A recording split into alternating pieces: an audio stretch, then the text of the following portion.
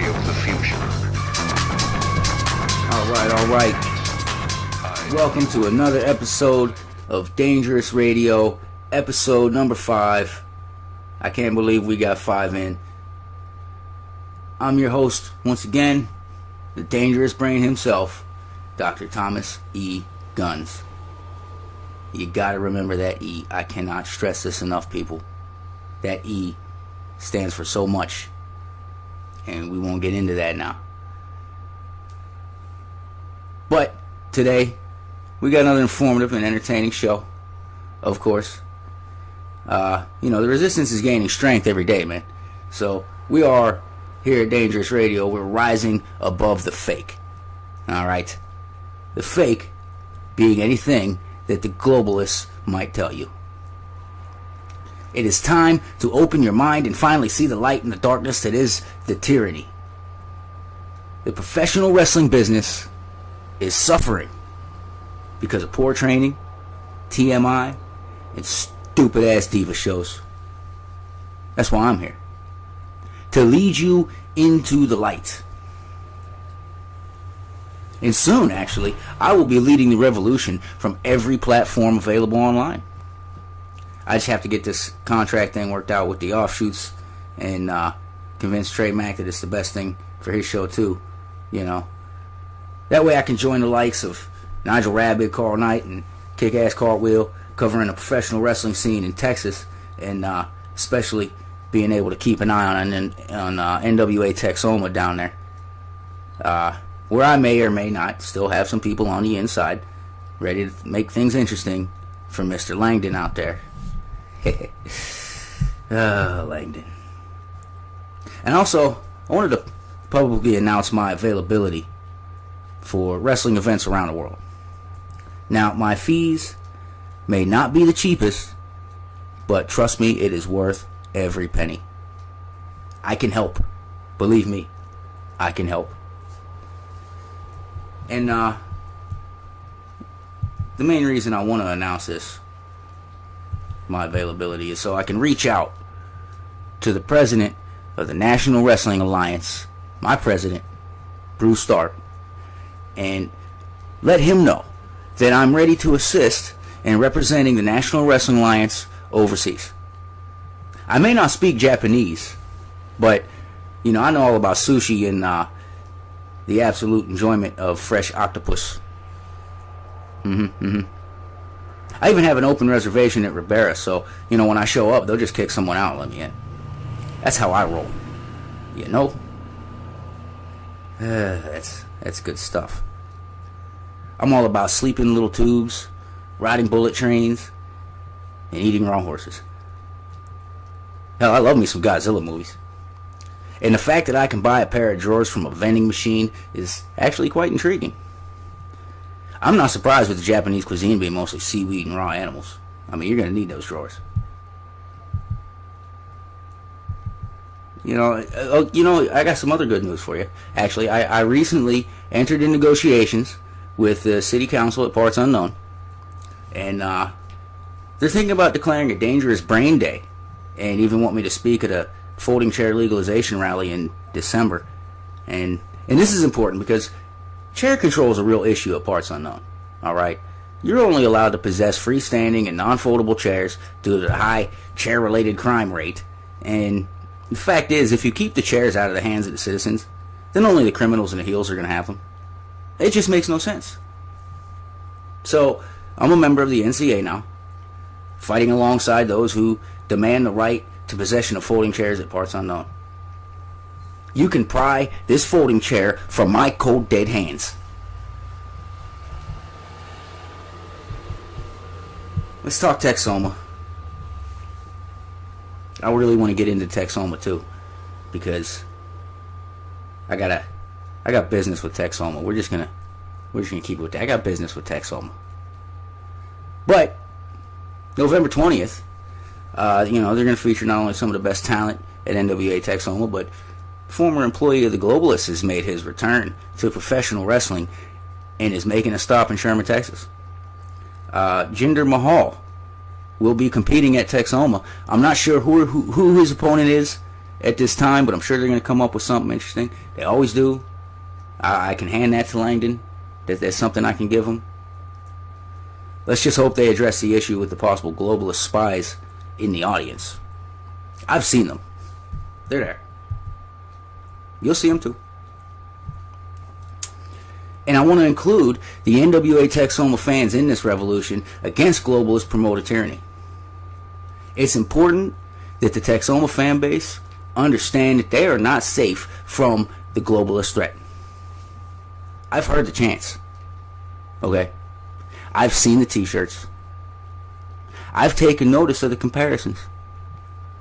I can see that even when you go to a real professional wrestling show, you seem to bring the globalist mentality with you. And that's what can't happen. These guys are not there for the globalist agenda. These men and women are gladiators, not actors. I may have my differences with the office of the Texoma, but I know that the workers behind the curtain are professional wrestlers and maybe even entertainers of the athletic. Even when you see one of the local workers show up on the globalist programs, it doesn't mean that they sold out. It happens from time to time. You know, I mean, hey, that's some strong coffee out there in Stanford. All right? I've had it. It didn't work. That's why I'm here to spread the word and not some arena somewhere under a different name and dancing around in a thong. Like that one guy they got. I feel for that man.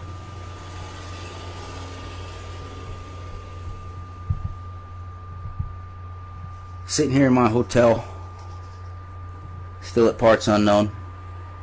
I kind of like this place. It's not a bad place. It's actually quite peaceful. You'd be amazed how peaceful it can be at parts unknown with some of the freaks that you've seen come from this place. Sitting by my window, watching the traffic go by, watching the neon stoplights change, and nobody stops anyway, so I don't think it's makes much of a difference what color they are. It's great. What was I talking about? Oh, the globalists, of course. How could anyone in their right mind take a great and talented professional wrestler and put him in a damn dress? I can promise you that there's not one person in that audience that wants to see a wrestler in a dress.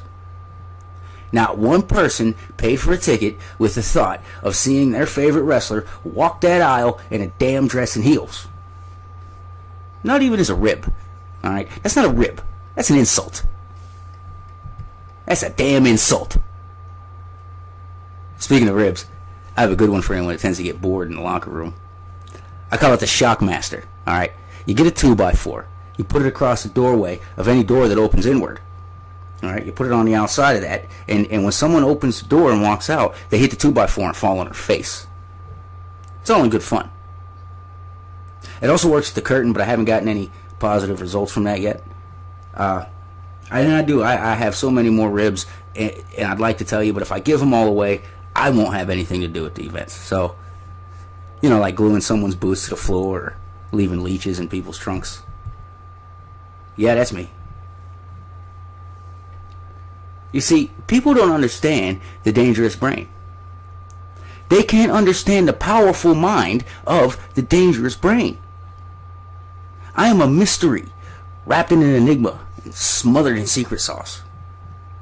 I know how to make a great thing better and a broken thing fixed. I meditate like a Buddhist, and I eat organic like a hippie. Professional wrestling is my true calling. I have studied the sport all the way back to the very beginning.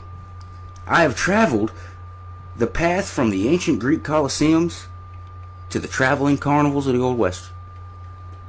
I've caught the golden Georgie pins of early television days, and I've had a big time at the Sportatorium in Dallas. It's immortality, you know. I told you. It's complicated. At Thomas E Gunnz is the Twitter.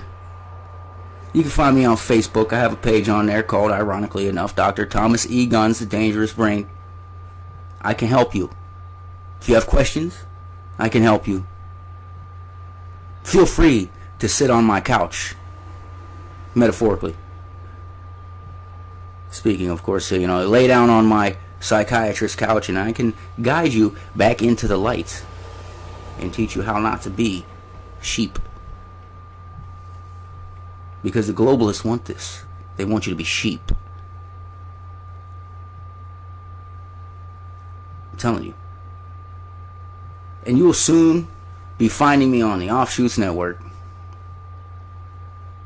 In fact, as I tape this here from Parts Unknown, I know that the Offshoots Network is actually putting together several things for the Dangerous Radio series.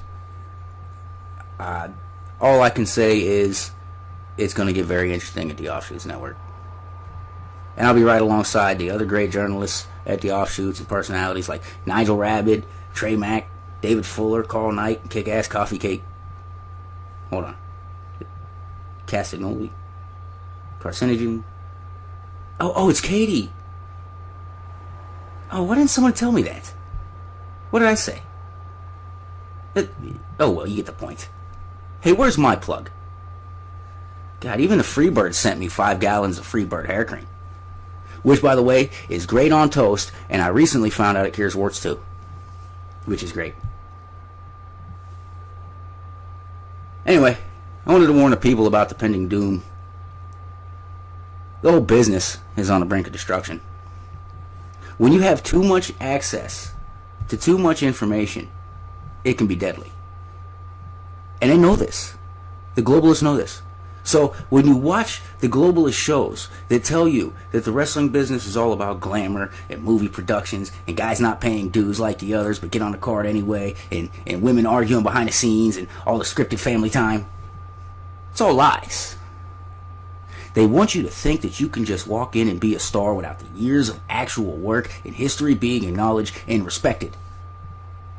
The globalists are attempting to erase certain parts of history by just not mentioning it anymore. They think the fans will just forget what happened with, for example, Katy Vick. That's right. That's a name they want you to forget.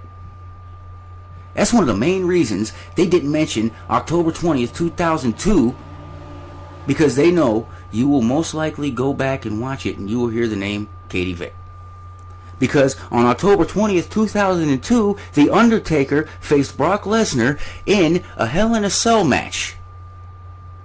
A match that they refused to acknowledge just recently, coming up to their second Hell in a Cell match that is now past, because they didn't want not only you to think in your head, well, they have done this before, but they did not want you to go back and see or hear the name or situation surrounding Katy Vick. I believe it was one of Michael Vick's cousins, but I'm not sure on that. These are almost facts.